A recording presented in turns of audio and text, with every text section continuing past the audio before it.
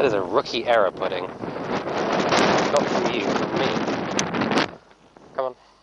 I was just doing the whole, hi guys, welcome to another video. No sound.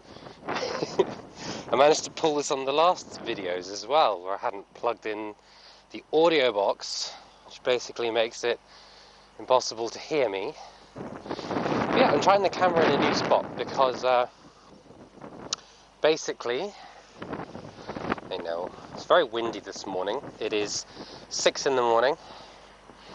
I am starting a bit of a new routine, and pudding is not entirely sure this is a good idea. There you go. So you may have got from our last video, we haven't done very much. If this is your first video, hi, welcome to whatever this is. No, this is an unedited collection of videos of me training my horses to show a more real version of what I do in training my own horses. It's not meant to be an educational how-to set of videos. It's, in a sense, it's a video diary for me, but it's also public, and I try to discuss thoughts that I'm having during training, my goals, why I do certain things. So it's supposed to be helpful. But anyway, so what I'm kind of going with this next set of videos is, what is it, bud? It's basically how I come back from these down spells. I think we all have down spells. I talked about this in the last video, but there was no audio, so you couldn't hear it. But in the summer, I was really on it. I had lots of videos coming up, and I had a really good routine, and that allowed me to do really well last year and get this horse going really, really well. We've had a big break over 3 months, and well, not quite 3 months. We did the showcase, but he's lost a lot of condition. I've lost a lot of strength, and so this is us building a new routine and sort of getting ourselves back to doing stuff every day again, because it's so important. It's so important to be consistent. I had planned to do some jumping today, but he's a little jumpy with the wind, so we might not. I don't know. We'll see. And it's that thing, you have to. This is the warm-up, by the way, for anyone who hasn't watched. I like to do quite a bit of walking at the beginning, just to loosen them up, and I'm going to do even more of that in these next few early morning videos, because Pudding has been in a stable all night, not moving, and I don't want to have any issues, physical issues. So that's why we're walking around in a cold, windy morning with a rug on. But yeah, it's really important that you create a routine, a daily routine, where you do a little something. And I think this is really hard to just do. Like today might only be half an hour. He is weak compared to where he was, so I can't do nearly as much as we were doing. But yeah, we need to get our strength up. We want to go cross country and show jumping this spring, so we've got to get ourselves fit, Pud. We've got to get ourselves ready. But he is a jumpy type horse. He struggled with the wind a lot when he first came. He was very reactionary and spooky, and so I have to sort of accept that even though we worked really hard and got to where he wasn't very spooky, because we've had time off, he's going to be more jumpy than he was. I was actually so proud of him. There's a jump in my way, I can't possibly trot. He was less jumpy than he was in the last video. I'm really pleased with that. Attaboy.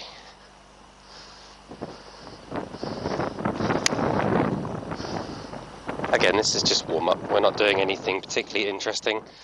I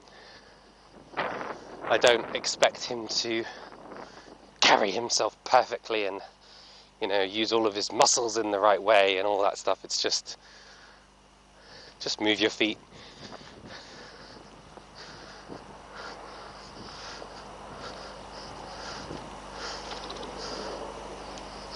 We'll get to being particular in a little bit here.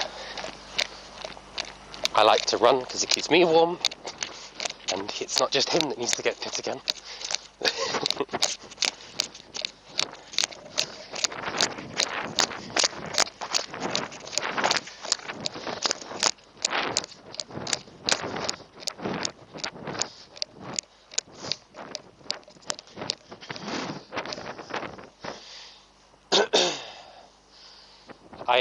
I should probably point out, I'm not unfit, just not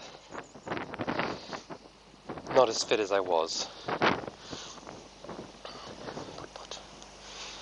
Hey, we'll do this side as well now, and then we'll get on the right, yeah? I'm not so sure about this 6 o'clock shit, Jamie.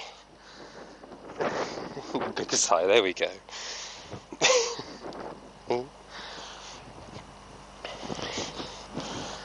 What do you think?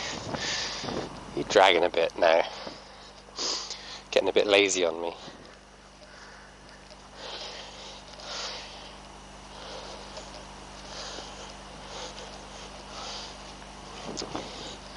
Now, one thing Pudding has always struggled with is his backup.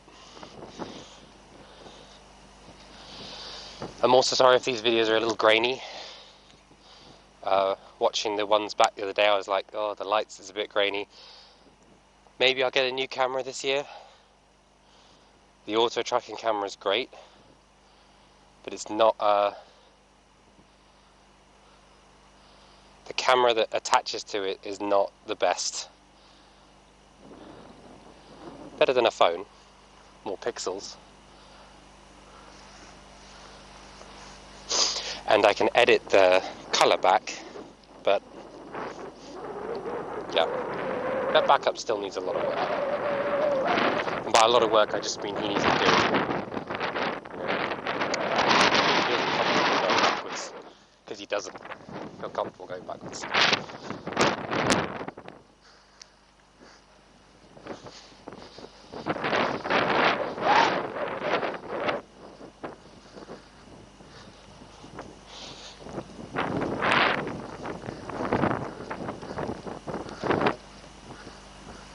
It's a good little chocolate Pud.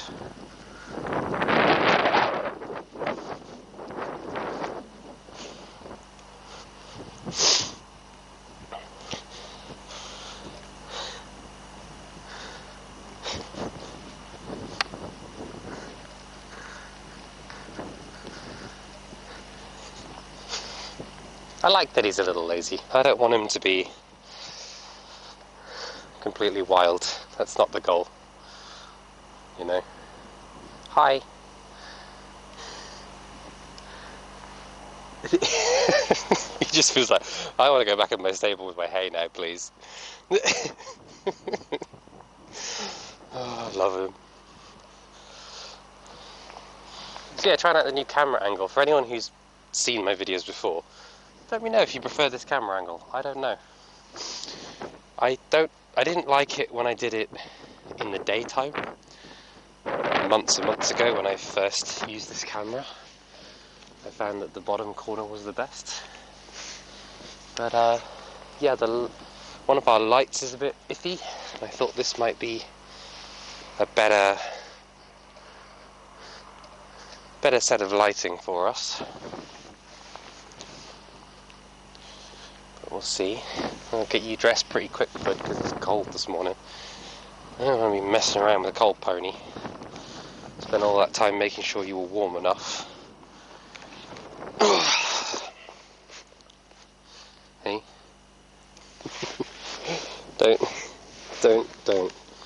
Don't judge Pud. I should do the pad and the saddle separately. Yes. It's just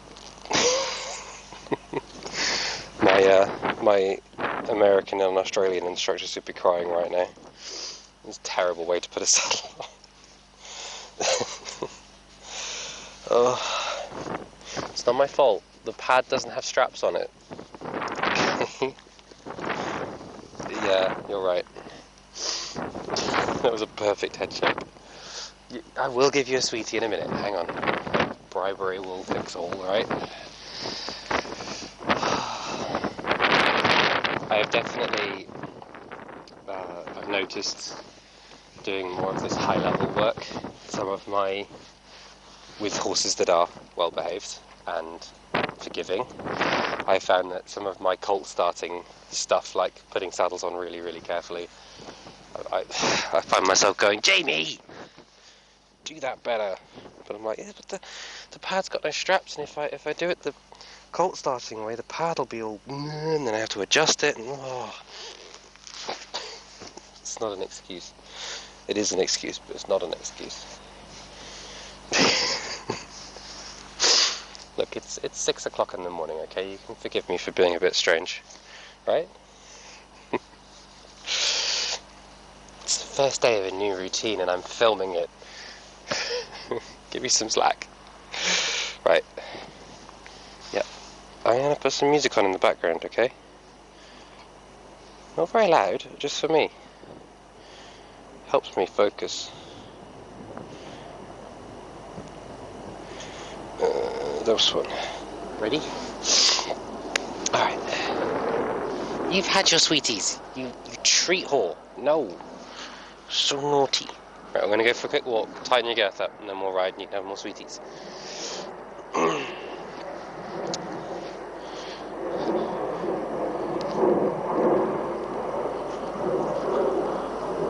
So yeah,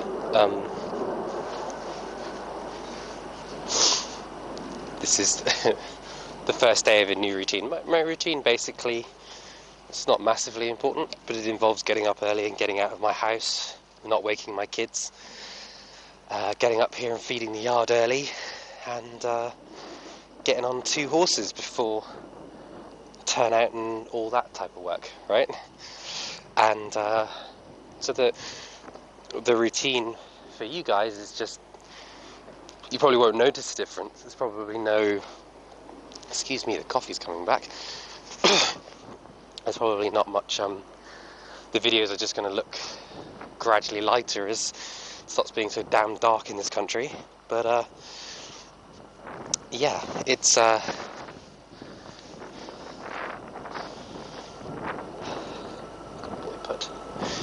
it's my new routine. Getting up here in the morning. Now, a lot of the stuff I do to build routines is from a book called Atomic Habits, if you're ever interested. I really like that book and how it describes things. It doesn't really matter, but what's important is that you find a way in your life with your challenges to do something with your horse every day, right?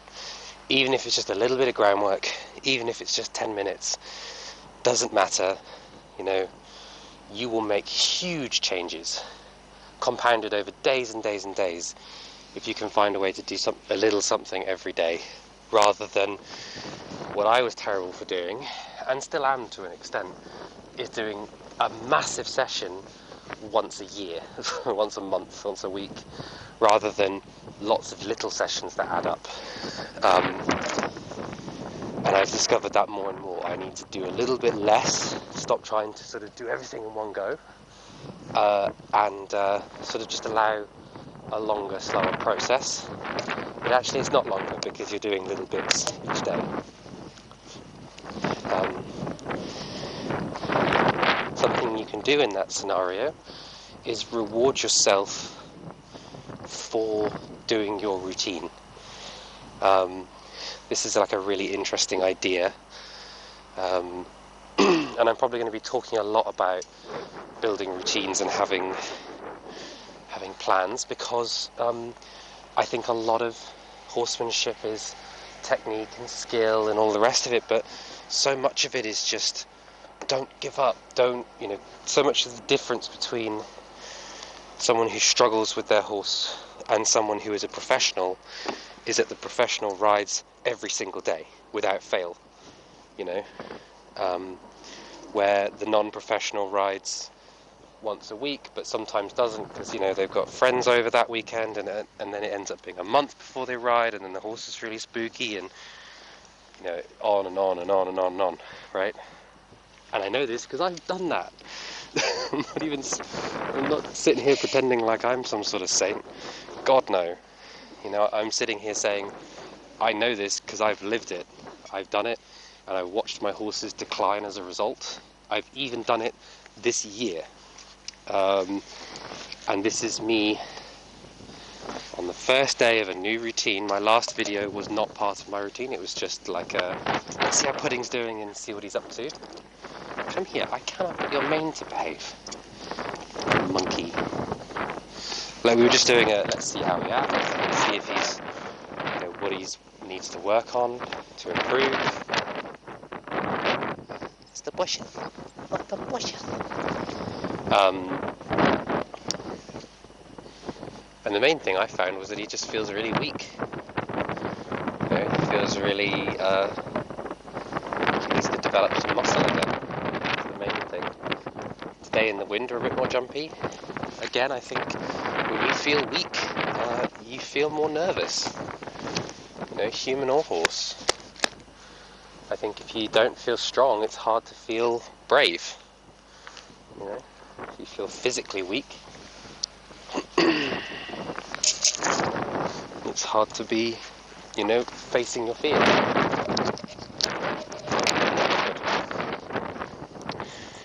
Alrighty. Anyway, I've rambled enough, haven't I, bud? So, yeah, you just ramble on. But yeah, give yourself a break. It's hard to maintain a routine, and every day that you do a routine, reward yourself. You know, don't try to do everything all at once and then have this like I did it or I failed mentality, which is what I'm like a lot of times. You know, don't put yourself in that situation where you've got so little opportunity for success, because you're there going, either I complete my routine, either I jump that jump, or I do this thing that I have to get done today, or I'm a failure. Set yourself a thing where you go, every day I'm going to put my saddle on the fence and bring my horse to the arena. And that's your routine, right? Don't worry about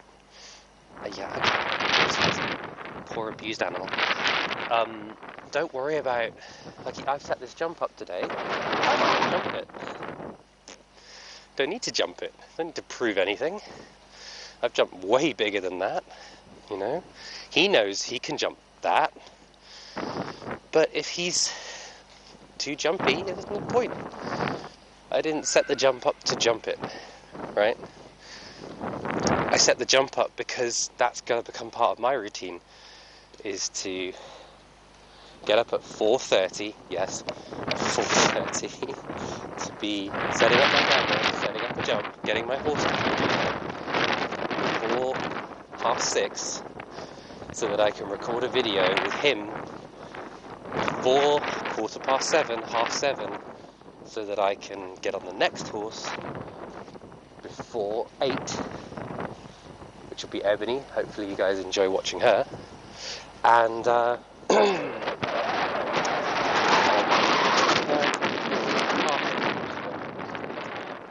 rugged and turned out. We normally do like turnout and things at 8, but I've already done feeds and I've already done a few of the horses, so 8:30 is fine.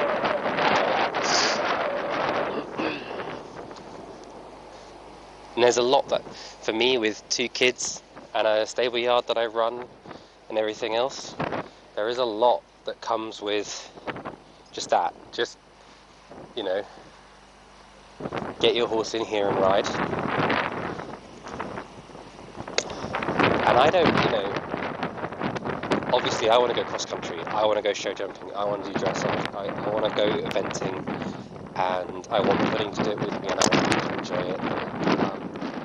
But there's nothing to stop me, and I might even do this, just walking him around like this until he's okay with my hands in his mouth, and then standing until he's okay.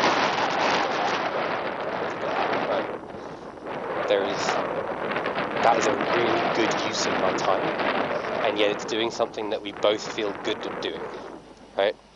It's not hard for him, it's not hard for me, it's a windy day, so, you know, I'm setting myself up to fail if I try and do loads of jumping today, because he's already going, I'm not sure about this, Jamie, I'm not sure about that, Jamie, and it's a new routine, and, you know, normally I'm in eating my hay at this time, and I'm not really thinking about riding right now, but I can make Pudding feel like a winner by rewarding him for giving me some really nice contact and carrying himself better at the walk for me. And I can also work on him feeling more confident in my hand, which is something he's struggled with since I first got him, is that he likes to try and avoid the bit, and he's very busy in the mouth. His busyness in the mouth, though, is very much a reflection of his character. He's never going to be that model student, quiet, soft-horsed at belly, like, that looks almost like a little angel. He's always going to have a cheeky grin on his face. You see him in the stable and it's like he's got a smirk on his face. And you're like, but what mischief are you up to? You know, you're just like, what are you doing? You're doing something naughty, I know you are. You're up to something. I know it. It's a good walk, Bud. Yeah, nice long stretch. So there's a lot that happens here. And I think I talk about this a lot because I feel like I'm the only instructor that I know of. Please comment, link description below if you know of someone that talks like I do about this, but I feel like I'm the only person who really talks about this idea that contact should be both ways and take it to almost a bit of an extreme, in that me and Pudding are having a constant conversation in the hand, and he has just as much right to communicate something to me about what he'd like to do as I do to communicate to him about what I would like to do. So when he lifts his head, my hands follow. And he's like, here along this stretch, he's been like, shall I lift my head up? And we'll do the slower walk. And I've just sort of gone, okay, yeah, I'll follow you up. My hands are coming up into my belly button, but you know, I'll adjust and we'll do the short walk for a little bit. And he's kind of going, okay, I want to do the long walk now. And I've gone, no, we're going to stick on the short walk. In fact, we're going to go even shorter. Not because I'm being an arse, you know, not because I'm like, fuck you, Pudding, I'm not doing the long walk, we're going to do what I want to do. It's more a case of,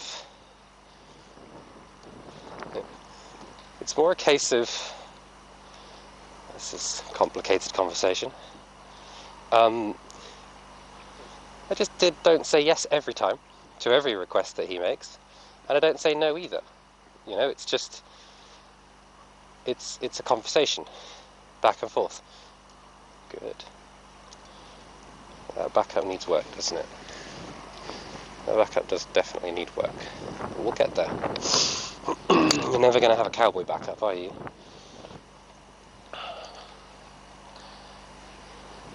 Yes, good.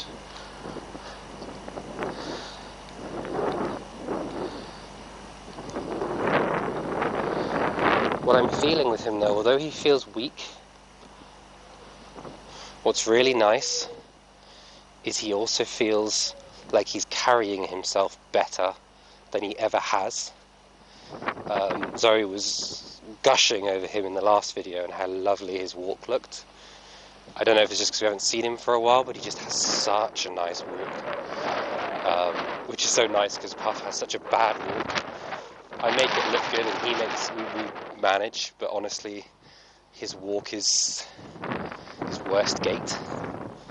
In fact, Puff and Pudding are opposites, and Pudding's trot is probably his least attractive gait, although it's still a really nice gait for a thoroughbred for sure, and he does his greatest extent of trot. But Puff is probably most comfortable at trot and has the most range in his trot. It's probably his best gait. And walk and canter are his two that he struggles with, and Pudding, I feel like walk and canter are his two best gaits. More forward, Pud. Attaboy. But you can see already, like, we've just been walking around, he's already softer in the mouth, he said as he started fussing in the mouth. But you get what I mean. So there's no damage done. I spent a bit longer walking than I normally would, possibly. I don't know, maybe not. But I feel like he's already getting softer. But like there, I didn't ask him to stretch, he just wanted to. And instead of blocking it, I was like, yeah, sure, why not? We'll stretch. Stretch is good. I like stretch. I also like lift, and I like extension. There's many things I like. You know. I think it's very easy, though, for contact to become what I want and not what Pudding wants. And I feel like it's a crime that so many people ride with this idea that it's, you know, you control the horse with the reins. It's like, no, you don't. Your horse can do whatever it wants to with those reins. If you've not been bolted with before, you don't realise how delightful your horse is to you. You've never had a cob take off like a fucking steam train tank. And it's not just cobs, I've had it with Arabs and thoroughbreds and warm bloods, and it's not a breed thing. If a horse decides it doesn't believe the bit is sufficient to stop it, there is nothing you can do to stop it. The bit and the reins and, you know, all these things, they are to help you communicate to your horse. That's all they're for. All it's for. But I lost the stirrup on that. That was a good one. All that and you know, your horse is not always going to tell you things you want to hear, right? But you have to listen. It's no different than my girlfriend doesn't always say things I want to hear, you know? She's there going, you need to ride your horse. And I'm like, oh, I don't know, Zoe, I'm losing my passion for it. I've had so many recent negative experiences, and I don't know that I'm making a difference in the world. I don't know if I'm... And Zoe's there like, get your ass up.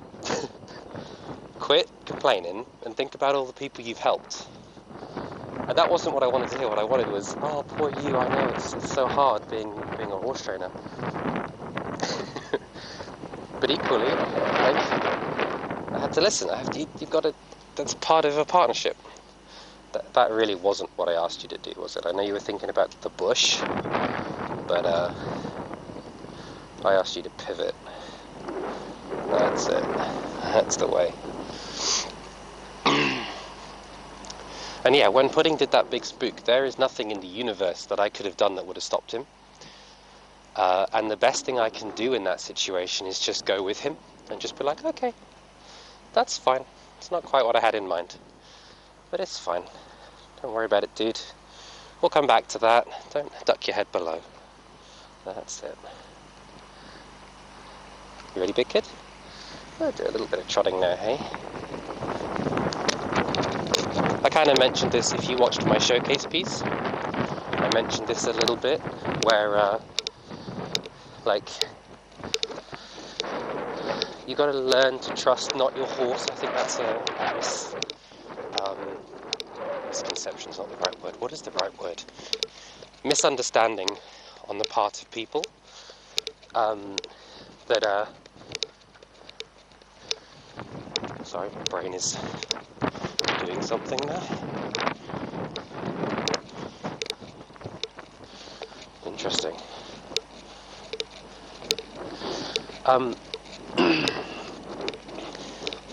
Yeah, I think it's a bit of a common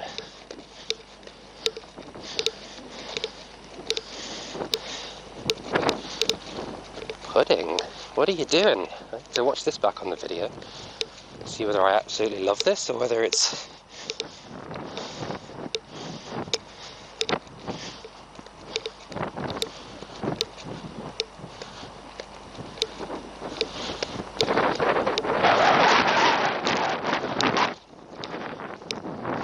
can't decide if he's really locked his neck or if he's doing. No, I think it's such a difficult thing with him. So I want him to bring his nose in a little bit, but I don't want him to lock his neck. I want his neck to remain soft, but I want to ask him for just a little bit of vertical with 2 reins, what we'd call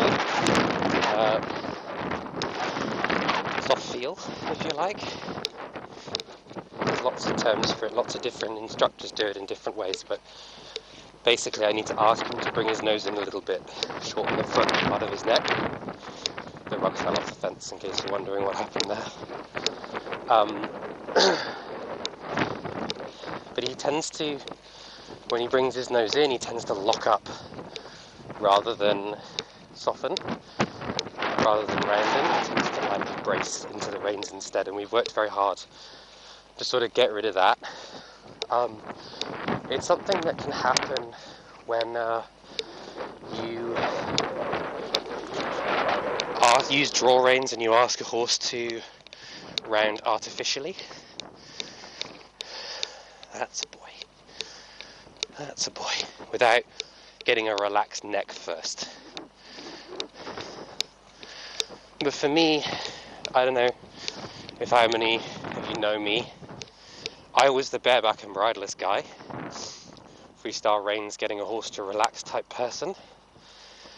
So I have to spend a lot of time just holding the reins and feeling it to get an idea of like, what am I feeling? I know I'm feeling something, right? It's your rug, see? I know I'm feeling something different. I know something's, maybe it's right, I don't know, maybe it's wrong. I'm pretty sure if I watch the video back, I'm going to see that he locked his neck into a frame that was nice, but it's not what I'm after. I'm after something a little different. I want him to hold his neck like that because he feels comfortable there, not because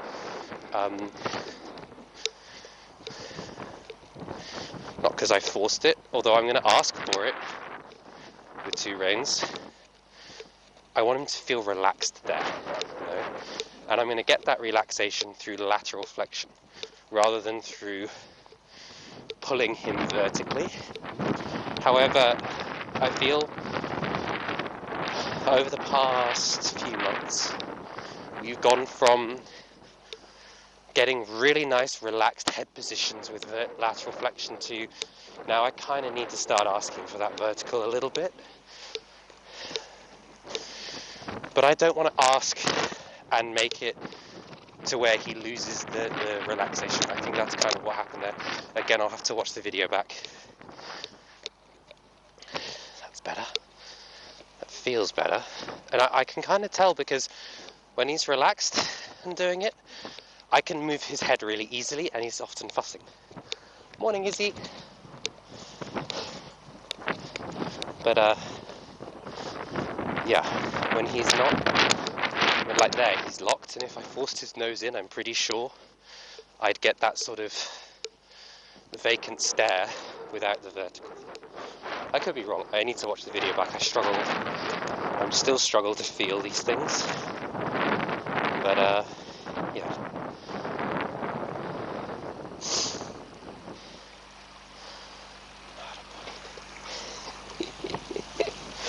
No, I chose to stop here on purpose. I know I'm an arse. There we go.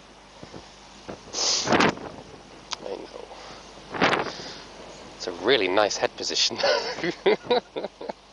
Can we get that without the fear? As of course, the whole point of getting your horse to pick up a nice head position is because it's them being ready to move. It's keeping them active and ready to move. And so of course, when he's about to spook at something, that's normally when we're at the perfect head position.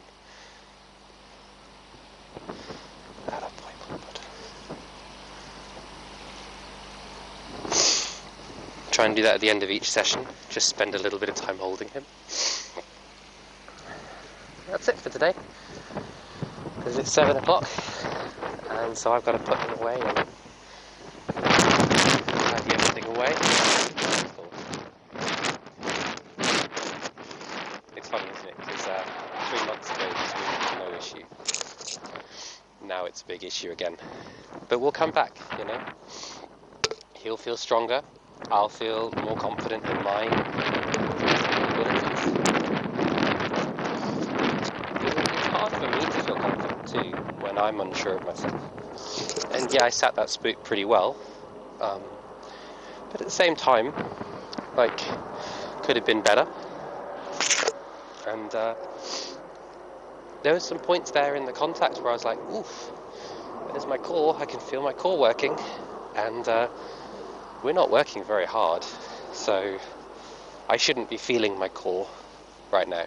You know, it should just be, and this is me being hard on myself because I need to be, I'm a professional rider, so I need to be at a level, right? I need to be not having these problems.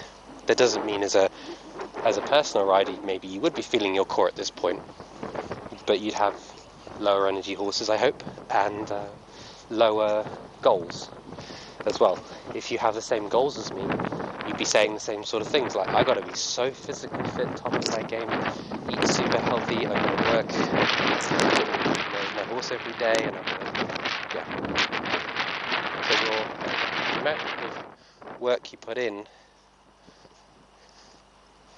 and the things you work on is affected by your goals as well.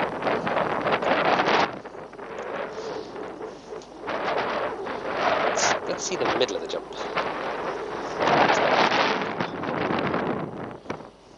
Could you do it better? Maybe? Good boy.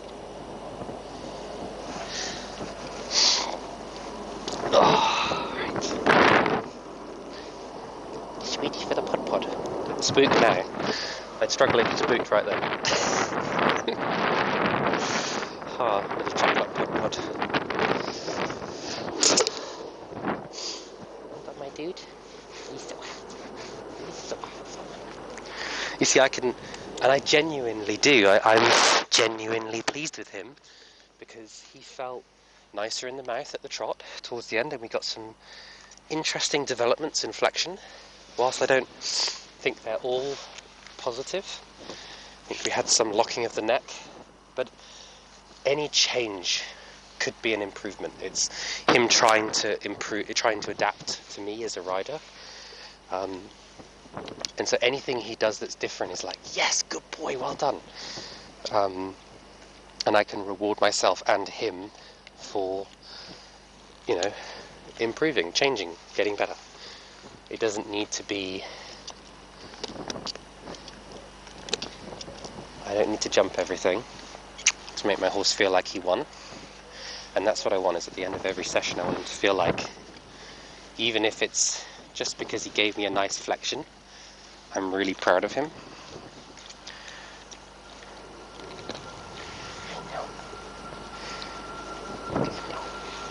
Clever Pop.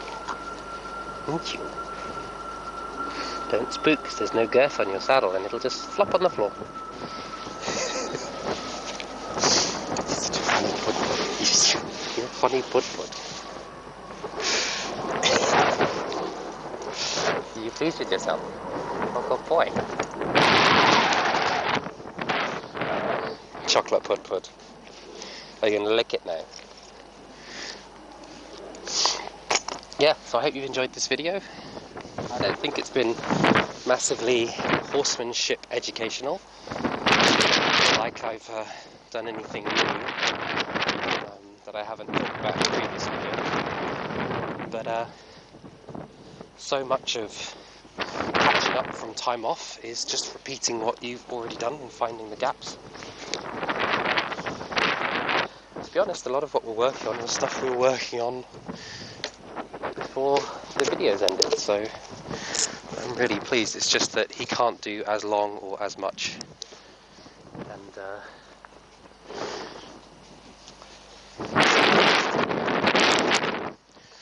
and he's more jumpy because he's obviously gotten... You coming, Pud? No? Of course, I'm stood in the scary corner, aren't I? The scary bush and the scary rug. Huh. I know. I'm sorry, did I abandon you and go to the scary corner without you? Like, I'm up my jump. Are you proud of yourself? Do you think you did well? You did do well. Yeah.